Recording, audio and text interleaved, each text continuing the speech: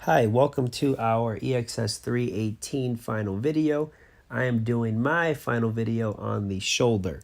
So here I have Sammy Signs, and Sammy's just going to be stretching out as I introduce what's going on here and how we can help Sammy out. So Sammy did come in with some shoulder pain and discomfort today.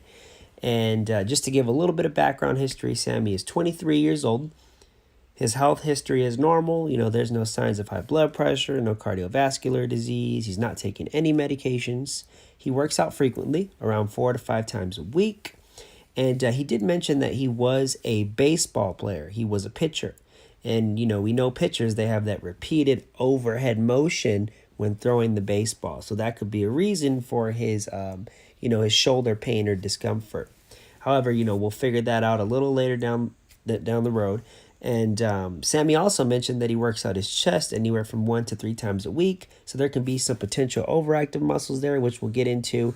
And, we really want to just prevent Sammy from, having headaches, shoulder impingements, further shoulder impingements or shoulder instability. So going forward, we'll do a overhead squat assessment to analyze and kind of get a little bit more insight of what's going on. And then from there, we'll go ahead and develop a strategized program for Sammy. So let's get into it. Alrighty guys, so Sammy performs his overhead squat and his arms fall forward. So there's definitely a muscular imbalance here. Sammy, when thinking about the shoulder, it has the greatest range of motion in the body. And when you look at the glenohumeral joint, it is surrounded by, a lot of muscles, and these muscles play a big role in, getting those arms to lift up all the way or getting the shoulder to move around fully. So there's definitely some tightness in the pec and lats, which are overactive, and there's some underactive muscles, in the rhomboids, the traps, or the rotator cuff. So our first step here, we're going to inhibit, okay? So he is inhibiting his latimus dorsi right now. He's rolling it out.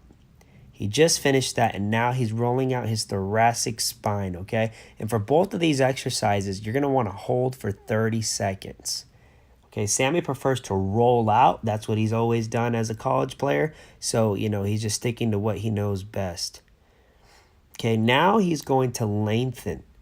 Okay, this is the lengthening phase of our exercise program, the second phase. So he's holding his arm out on top of the ball, hands pointed in an upward position, and this is really stretching out the latimus dorsi. And again, Sammy prefers to put his arm a little forward, to roll it a little forward just to get that extra stretch. But remember, you can always just hold for 30 seconds. And here we just switched the arm up. He said it felt really good, so we wanted to do his other arm as well.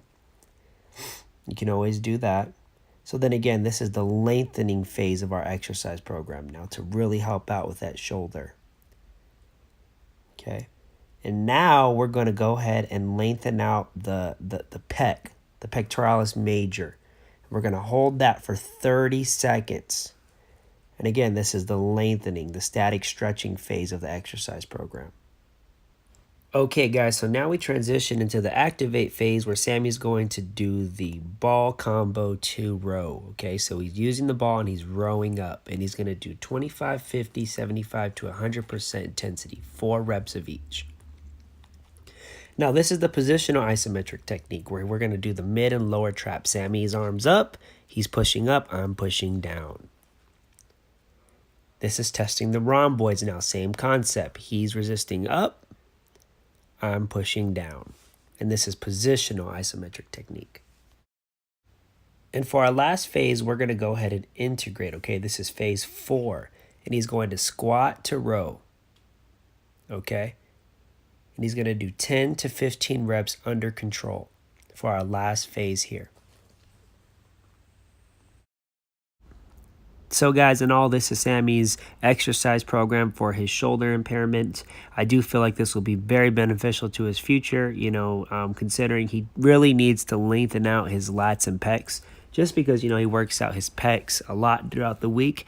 And, just that over the head motion that he was performing in the past could also be a reason for needing to lengthen these muscles. And, inhibiting the lats and thoracic spine was also needed, rolling that out. Activating the rotator cuff and mid and lower traps was also needed just because, we are dealing with the shoulder here. And Sammy could obviously perform the dynamic movement, the squat to row, which most, some patients can't. So I feel like this was a really good program for Sammy, and hopefully he uses it in his future. But other than that, guys, thank you for watching.